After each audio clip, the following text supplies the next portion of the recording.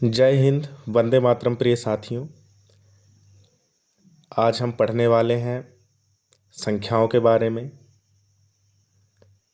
जैसा कि आप सब जानते हैं कि संख्याओं के कई रूप होते हैं, जैसे प्राकृत संख्या, पूर्ण संख्या, सम संख्या, विषम संख्या, परिमेय संख्या, अपरिमेय संख्या, वास्तविक संख्या और काल्पनिक संख्या। आइए हम क्रमशः इन संख्याओं को पढ़ते हैं, समझते हैं कि आखिर कैसे इनका वर्गीकरण किया गया है। तो आइए सबसे पहले हम देखते हैं प्राकृत संख्या के बारे में। तो आप देख पा रहे हैं प्राकृत संख्या, जिसे कि हम इंग्लिश में नेचुरल नंबर भी बोलते हैं। तो यहाँ लिखा है कि 1 से लेकर अनंत तक की सभी संख्याएं प्राकृत संख्या कहलाती हैं। कहने का तात्पर्य यह है कि प्राकृत संख्याएं 1 से शुरू होती हैं और अनंत तक जाती हैं, अथवा हम कह सकते हैं कि गिनती की संख्या को ही प्राकृत संख्या कहते हैं। उदाहरण के तौर पर 1, 2, 3, 4, 5 और इसी प्रकार अनंत तक। लेकिन ध्यान देने योग्य बात यह है कि प्राकृत संख्याएं केवल धनात्मक होती हैं। 1 से शुरू अनंत तक बिल्कुल धनात्मक रूप से चलती हैं। तो आपको ये समझ में आ गया होगा। इसके पश्चात दूसरी संख्या है हमारे पास पूर्ण संख्या, जिसे कि अंग्रेजी में हम होल नंबर भी कहते हैं। ये संख्याएं 0 से लेकर अनंत तक की सभी धनात्मक, ध्यान देना है, 0 से लेकर, प्राकृत संख्याओं में क्या था, 1 से शुरू होती थी और अनंत तक जाती थी धनात्मक रूपेण। लेकिन जो पूर्ण संख्याएं हैं वो 0 से शुरू होंगी और अनंत तक जाएंगी, वो भी धनात्मक दिशा में। तो 0 से लेकर अनंत तक की सभी धनात्मक प्राकृत संख्या को पूर्ण संख्या कहा जाता है। उदाहरण के तौर पर जैसे हम देख पा रहे हैं, प्राकृत संख्या 1, 2, 3, 4, 5 और इसी तरह अनंत तक जाती है। ठीक इसी तरह पूर्ण संख्याएं 0, 1, 2, 3, 4, 5 और अनंत तक जाती हैं। कहने का तात्पर्य है, अगर प्राकृत संख्याओं में 0 को जोड़ दिया जाए, 0 को भी साथ ले लिया जाए, तो पूर्ण संख्या कहलाएगी। तीसरी पूर्णांक संख्या। पूर्णांक संख्या, जिसे कि हम अंग्रेजी में इंटीजर्स नंबर भी बोलते हैं, सभी पूर्ण संख्याओं और ऋणात्मक संख्याओं के एक निश्चित सम्मिलित समूह को पूर्णांक कहते हैं। बिल्कुल, अगर पूर्ण संख्या में ऋणात्मक संख्याओं को भी ले लिया जाए, अभी क्या था, पूर्ण संख्या क्या थी, 0, 1, 2, 3, 4, 5 और अनंत तक। अगर इन्हीं संख्याओं के साथ ऋणात्मक संख्याएं ले ली जाए, जैसे ये आप देख पा रहे हैं 0, 1, 2, 3, 4, 5 और अनंत तक, ये सभी संख्याएं हैं पूर्ण संख्या। अगर इन्हीं के साथ हम ऋण 1, ऋण 2, ऋण 3 भी ले लें, ऋणात्मक संख्याएं भी ले लें, तो ये पूरा का पूरा सम्मिलित समूह पूर्णांक कहलाएगा। इसके बाद सम संख्या, जिसे कि अंग्रेजी में इवन नंबर भी बोलते हैं। तो आप देख पा रहे हैं यहाँ कि जिन संख्याओं का इकाई अंक 0, 2, 4, 6, 8 में से कोई भी एक अंक मिल जाए तो उसे सम संख्या कहते हैं। बड़ा आसान है। अगर हमें किसी भी संख्या के इकाई का अंक, जैसे यहाँ देख पा रहे हैं आप 8 है, तो हमें देखकर पता चल गया कि यह सम संख्या है। 6 है तो सम संख्या है, 2 है तो सम संख्या। मतलब अगर इकाई के अंक में कोई भी ऐसा अंक 0, 2, 4, 6, 8 मिल जाए तो हम कह सकते हैं कि पूरी की पूरी संख्या जो होगी वो एक सम संख्या होगी। इसके बाद हम आते हैं विषम संख्या में। तो विषम संख्या, जिसे कि हम अंग्रेजी में ऑड नंबर भी कहते हैं।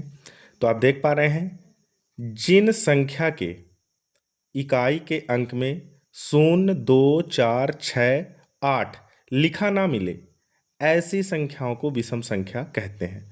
बिल्कुल उल्टा होता है सम संख्या का। सम संख्या वह संख्याएं होती थी जिनके इकाई के स्थान पर 0, 2, 4, 6 और 8 था और इसमें ये अंक नहीं होने चाहिए। तो जैसा आप देख पा रहे हैं, यहाँ इकाई का अंक 543 लिखा है, इसका इकाई का अंक 3 है।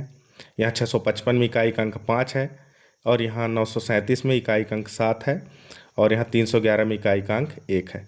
तो आप देख पाएंगे कि ये सभी की सभी विषम संख्याएं हैं। इसके पश्चात आती है भाज्य संख्या, कंपोजिट नंबर। वे संख्याएं जो स्वयं एवं एक के अलावा किसी और भी संख्या से पूरी तरह विभाजित हो जाए, भाज्य संख्या कहलाती हैं। जैसे आप देख पा रहे हैं, यहाँ लिखा है 12, 21 और 40। ये 12 1 से तो विभाजित होगा, स्वयं से भी विभाजित होगा। इसके अलावा 12 जो है 2 से विभाजित है, 3 से विभाजित है, 4 से विभाजित है, 6 से विभाजित है। तो ऐसी संख्याओं को भाज्य संख्या आप यहाँ देख पाएंगे। जैसे 21 है, 1 से और स्वयं से तो विभाजित होगा ही, साथ ही साथ यह 3 से भी विभाजित हो सकता है, 7 से भी विभाजित होगा। तो निश्चित रूप से आपको ये समझ में आ गया होगा। इसके पश्चात हमारे पास अभाज्य संख्या, जिसे कि प्राइम नंबर भी बोलते हैं। जिस प्रकार सम का विषम, उसी प्रकार भाज्य का उल्टा होता है अभाज्य। तो देखते हैं, वे संख्याएं जो एक व स्वयं से विभाजित होती हैं अभाज्य संख्या कहलाती हैं। कहने का मतलब, जैसे 2 यहाँ आप देख पा रहे हैं, तो 2 एक ऐसी संख्या है जो कि 1 से और स्वयं से विभाजित होगी।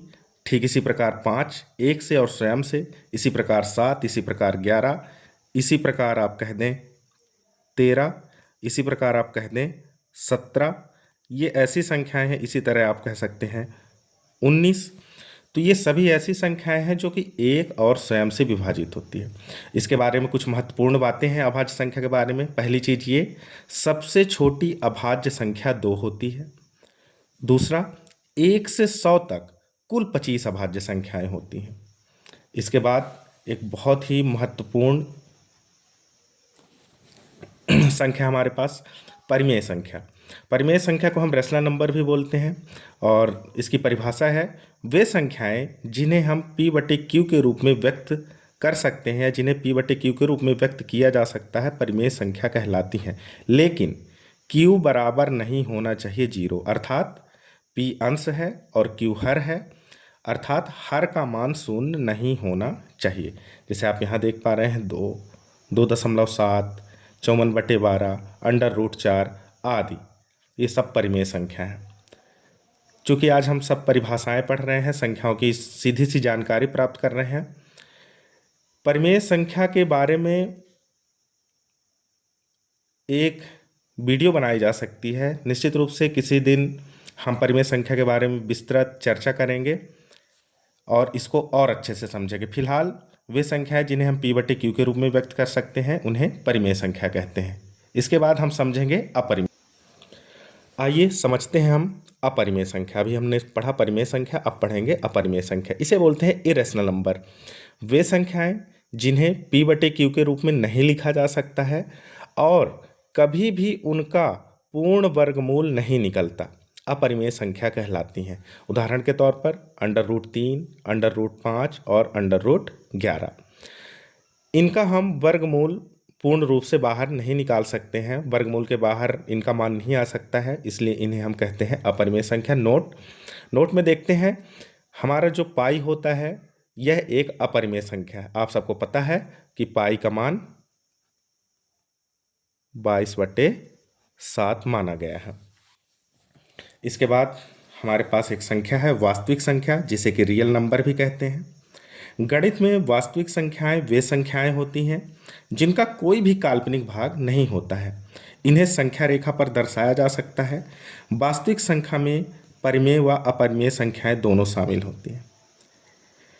प्रिय साथियों, आपको बता दें कि वास्तविक संख्याएं, अभी तक आपने जितनी भी संख्याएं पढ़ी हैं, सम संख्या, विषम संख्या, पूर्णांक, प्राकृत संख्या, परिमेय संख्या, अपरिमेय संख्या, ये जितनी भी संख्याएं हैं सभी वास्तविक संख्याओं के अंतर्गत ही आती हैं। उदाहरण के रूप में आप देख सकते हैं 3, 0, 15, 3/2, √5, -5, 4/3, √2 आदि।